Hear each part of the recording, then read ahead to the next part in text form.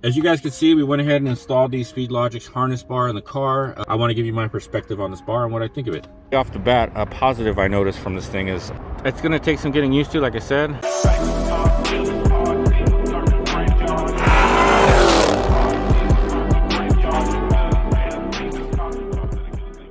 What's going on, YouTube? Welcome back to another video. Appreciate it if you guys like, comment, subscribe to the channel if you haven't already.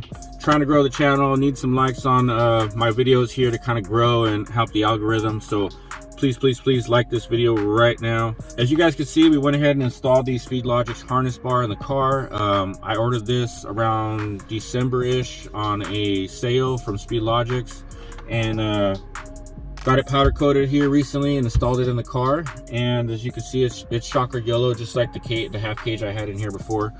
So if you're not familiar with the car or the history of my cage situation, I did start off with the Cipher harness bar, and then I went to a Mobile Weld Specialist half cage. That was the big cage that was back here. So this is kind of an in-between. It's, you know, it's a bar across. I felt like my seats were missing some kind of bar. So I felt like this was a nice middle ground to where if I need to take it out to, you know, put my kid or my son back here, it's not too bad to take it out. It's only 6 bolts, so it's relatively easy to manipulate versus the half cage before. I literally had to break my back to get that thing out of the car. It weighed a couple hundred pounds, maybe a couple hundred, I don't know actually, but it was super heavy, especially compared to this thing. So I already noticed my ride height in the car improved once I took the cage out. I love that cage, don't get me wrong. I loved it. It's just, it was not practical to have that in the car when this isn't necessarily, I mean, it's mostly a weekender, but I still have my kids in here sometimes, and my son is getting older. He likes to be in the car. So I want to be able to do that. I want to have the back seat, to be able to put a car seat back there. And it just wasn't practical to have that whole back of the car just non-existent anymore with the half cage. So I like having my back seat back. I can, you know, just put things back here like a normal person on the seat.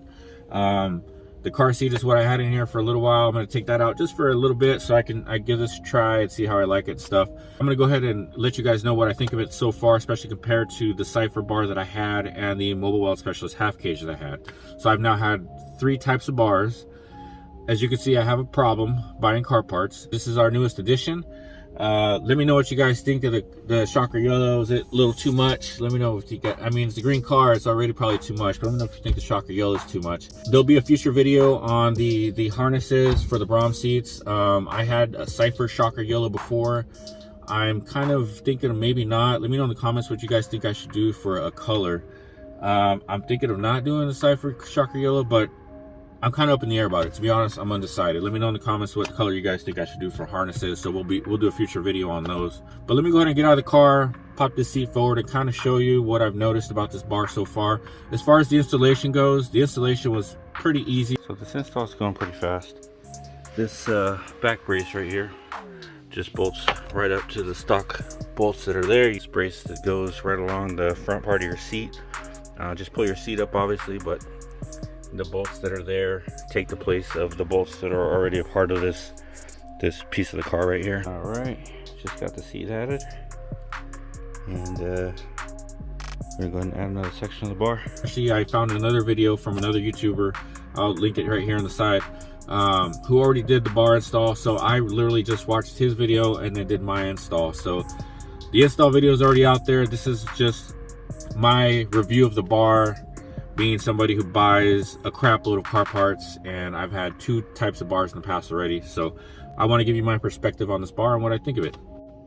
All right, let's go ahead and get the windows down here, get some nice natural light in the car. Turn this bad boy off. Whew, carbon fiber. You can kind of see the bar in there. It's a little different to my eyes, you know, seeing a little bar versus a crap little bar, because like I said, I had that half cage in here before, so it's taken some adjusting, but already off the bat, a positive I noticed from this thing is I can see through my back window again. I had a big old bar, you know, all the way across and X in the middle, so I couldn't really use my window that much. I mean, it was there, don't get me wrong, but like the center part of the window was gone. So we have the seat in the car. This, like I said, you can refer to the install video from the other gentleman. Like I said, I'll link his video, but basically This bottom piece bolts to the stock bolt locations in the car. You take your back seat off.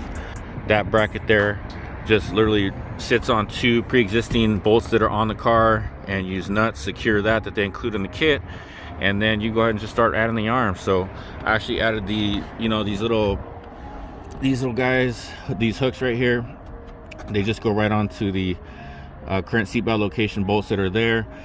These are a little bit of a pain to get because I initially got them backwards, the left and the right. So but I did get it sorted out. And that side over there, looking good as well. The color on this thing is crazy. I feel like he did a really good job with the shocker yellow.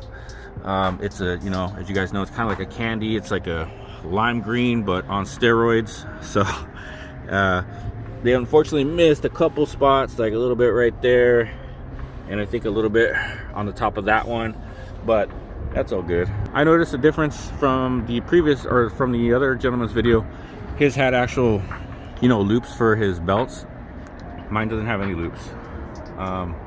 That's my position for my seat at the moment that I like to, you know, I like to ride, or I like to cruise at. And as you can see, there's quite a bit of space between the bar and the seat, so those straps are going to be extended quite far. We'll experiment with that when those come in. Before, with the half cage, the bar for the cage would literally sit like right here. I had just like maybe one more reclinable location to where I would touch the cage, and now as you can see, there's quite a bit of space. So that's different. I wish it actually probably would have been closer to the seats, because it's not really necessary to be all the way back there, but that's the design. Quality of the bar, the metal, you know, obviously is really good. I got it in a bare metal, so they included just the barring and then a nut and bolt kit. So pretty easy install, really sturdy, quite impressive actually. Definitely much more sturdy than the Cipher harness bar setup was. And you know, like I said, it's basically a middle ground between the cage and this guy, so, or the cage and the Cipher. And again, same situation.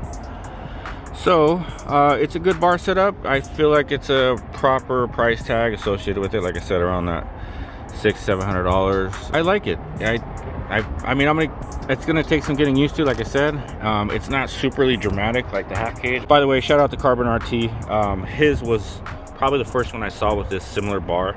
He I think has the AAD bar, but it's pretty much the same design. Go check him out. He's got a badass RT, stroked out, whippled out. He's got every mod you can think of. Let me know what you guys think in the comments. You know, you wish you could do it all. I wish I could have it all, keep it all, do it all. You know, literally snap my fingers and change it to something different. But it takes work, man. And this isn't, you know, a drag car. It's not even really a race car. It's more of a show car. I'm a cruiser. I'm not a racer. So I like to just park it, you know, hard park, chill, and maybe win some trophies if I'm lucky enough. And then if I did want to remove it, which I am most likely going to, remove the top bolt there, the two arms with the two bolts on the bottom, two bolts up top there, and then the one on that side. So it's, you know, actually I'd probably undo the bolts down at the bottom here for that arm, which, so it's going to be 2, 4, 5, 6, and this whole top section will come out. Other than that, you know, obviously we still have more things on the way, and we absolutely have carbon fiber on the way, because Operation Carbon Fiber, everything is in effect. And there's a few more things still on my list to do. A few more things. I know previous videos I said I was done modding the car, but you know what? That was maybe a funk. I got out of that funk, and a few more things on the list. I'm sure it's because I had the half cage before. I feel like I need more bar. Like, that's not enough bar. Like, I need some stuff around the top, but it's okay. It's okay. It just takes some adjusting. I'm gonna get used to it, and it's gonna be fine. It's gonna be fine. It's gonna be great. A lot of work going into this thing. She's come a long way, y'all. She's come a long way. If you've been following the channel, started uploading a couple years ago as basically a stock SRT 392, and she looks nothing like she looked before. Nothing. So be sure to check out some of my previous videos, see how far the car's come. I'm not one to buy a stock car and leave it alone. For me, it's about the modding. So I'm all about modding cars. I would never just buy a car and leave it alone. Never.